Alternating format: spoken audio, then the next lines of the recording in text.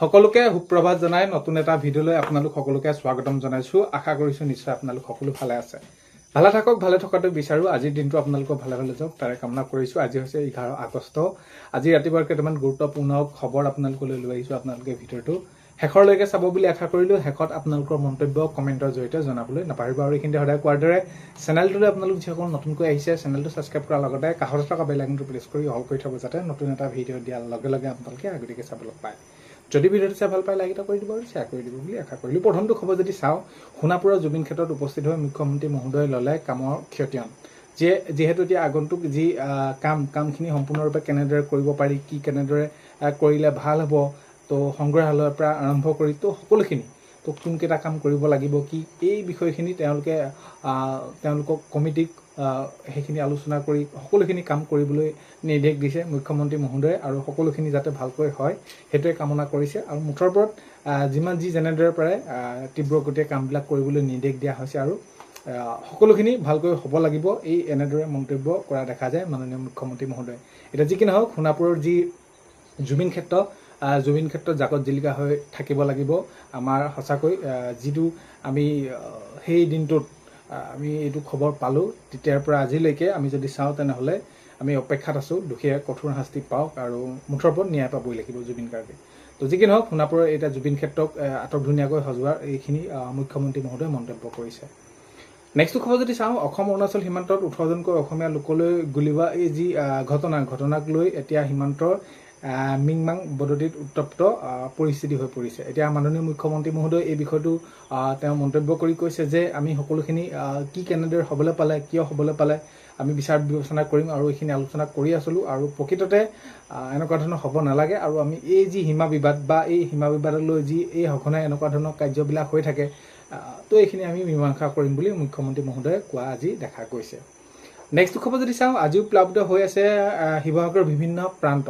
তেতিয়া আপোনালোকে যদি চাই, শিৱসাগৰত যিটো ঘটনা হৈ গ'ল, শিৱসাগৰ চৰাইদেউ নাজিৰা বিহুৱা চন্দ্ৰক্ত যি মহাপলয় আহিলে, এই বানপানী সকলো শেষ কৰি থৈ গ'ল। কিন্তু এই বানপানী শুকাইছে বহুখিনি অঞ্চল, কিন্তু তথাপিতো শিৱসাগৰ এতিয়া বিভিন্ন প্ৰান্তত এতিয়াও প্লাবিত হৈয়ে আছে আৰু ৰাইজৰ বহুতখিনি অসুবিধা হৈছে। আৰু এই ক্ষেত্ৰত যিসকল বানাক্ৰান্ত লোক আছে তেওঁলোকে সেইখিনি চৰকাৰক জনাইছে যে তেওঁলোকক সহায় কৰিব লাগে। আৰু বিশেষকৈ যদি এই যি 20-22টা দিনৰ পাছতো যদি সেই স্থানসমূহ প্লাবিত হৈ থাকিব লগা হয়, তেওঁলোকৰ কিমান অসুবিধা হ'ব পাৰে আপোনালোকে কল্পনা কৰিব চালে বা কল্পনা কৰিলে কেনেকুৱা ধৰণৰ এটা আপোনালোকে দৃশ্য মনলৈ আহিব, সেইটো আপোনালোকে চাওক।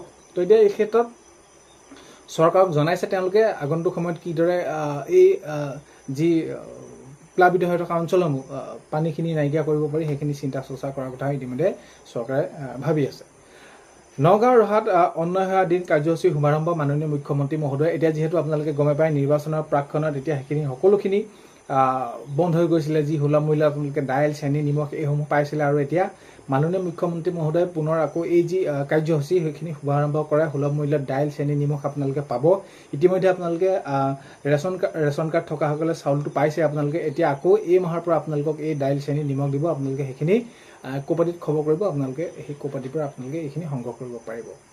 নেক্সট খবৰ যদি চাওঁ, বিশ্বনাথৰ দেশজোৰা জেল ভৰো আন্দোলন, শ্ৰমিক কোড সেইখিনি বাতিলক লৈ মাননি নহয় মজুৰি দিব লাগে। তো শ্ৰমিকসকলে প্ৰতিবাদ কৰা দেখা যায়। শ্ৰমিকসকলে যিসমূহ সমস্যা আছে সেইখিনি সমাধান কৰাৰ বাবে চৰকাৰক সেইখিনি অৱগত কৰে, সেইখিনি তেওঁলোকে প্ৰতিবাদ কৰা দেখা যায়। তো আগন্তুক সময়ত কেনেদৰে এইখিনি পদক্ষেপ গ্ৰহণ কৰে সেইটো এটা উল্লেখনীয় বিষয় হ'ব।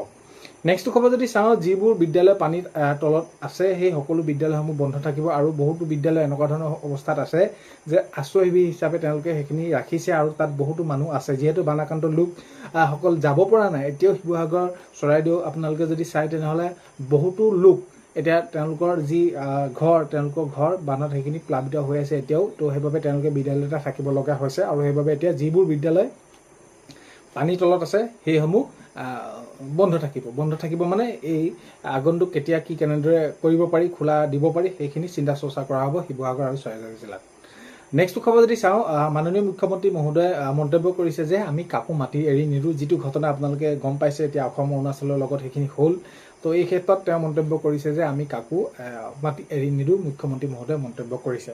নেক্সট খবৰ যদি চাওঁ, বিদ্যালয়সমূহ প্ৰাধিকৰণক লৈ বহুতভাগে কৈ আছে। শিক্ষামন্ত্ৰী ডাঙৰীয়াই মন্তব্য কৰিছে যিসমূহ ভেঞ্চাৰ পৰ্যায়ৰ বিদ্যালয় PMS পৰ্টেলৰ যোগেদি সেইখিনি আবেদন কৰিলে সেই বিদ্যালয়সমূহ অতি সোনকালে আমি প্ৰাধিকৰণ কৰিম আৰু এই যি প্ৰক্ৰিয়া অতি সোনকালে কাৰ্যকৰী হ'ব। আৰু সেইটো বিষয়ত যদি আমি চাওঁ তেনেহ'লে এই যি 2026 শেষৰ ফালে হোৱাটো বহুত বেছি সম্ভাৱনা আছে। নেক্সট খবৰ যদি চাওঁ, বানাক্ৰান্ত সকলো লোককে আমি ক্ষতিপূৰণ দিম। মুখ্যমন্ত্ৰী মহোদয়ে জনাইছে যে যিসকল বানাক্ৰান্ত লোক আছে আমি সকলোকে ক্ষতিপূৰণ দিম। আৰু এতিয়া ইতিমধ্যে যিসমূহ জৰীপ চলিছে আপোনালোকে গমে পায়, সকলোখিনি কাম এতিয়া ইতিমধ্যে হৈয়ে আছে। নেক্সট খবৰ যদি চাওঁ, বানাক্ৰান্তৰ প্ৰয়োজনীয়তা পূৰণ কৰাত চৰকাৰৰ সম্পূৰ্ণৰূপে ব্যৰ্থ হৈছে, এইদৰে জনাইছে বিদ্যুৎ শইকীয়া ডাঙৰীয়াই মন্তব্য কৰি কৈছে যে বানাক্ৰান্তই যিদৰে সহায় পাব লাগিছিলে এই সহায় এতিয়াও তেওঁলোকে পোৱা নাই বুলি মন্তব্য কৰা দেখা গৈছে। নেক্সট খবৰ যদি চাওঁ, অচিৰে 2 লাখ পদৰ বাবে দিয়া হ'ব বিজ্ঞাপন। মুখ্যমন্ত্ৰী মহোদয়ে ইতিমধ্যে কৈছে স্বাস্থ্য শিক্ষা আপোনালোকে গমে পাইছে ADRE গ্ৰেড 3 গ্ৰেড 4 তো বিভিন্ন দিশত বিভিন্ন বিভাগত এই নিযুক্তি দিয়া হ'ব বুলি মুখ্যমন্ত্ৰী মহোদয়ে মন্তব্য কৰিছে।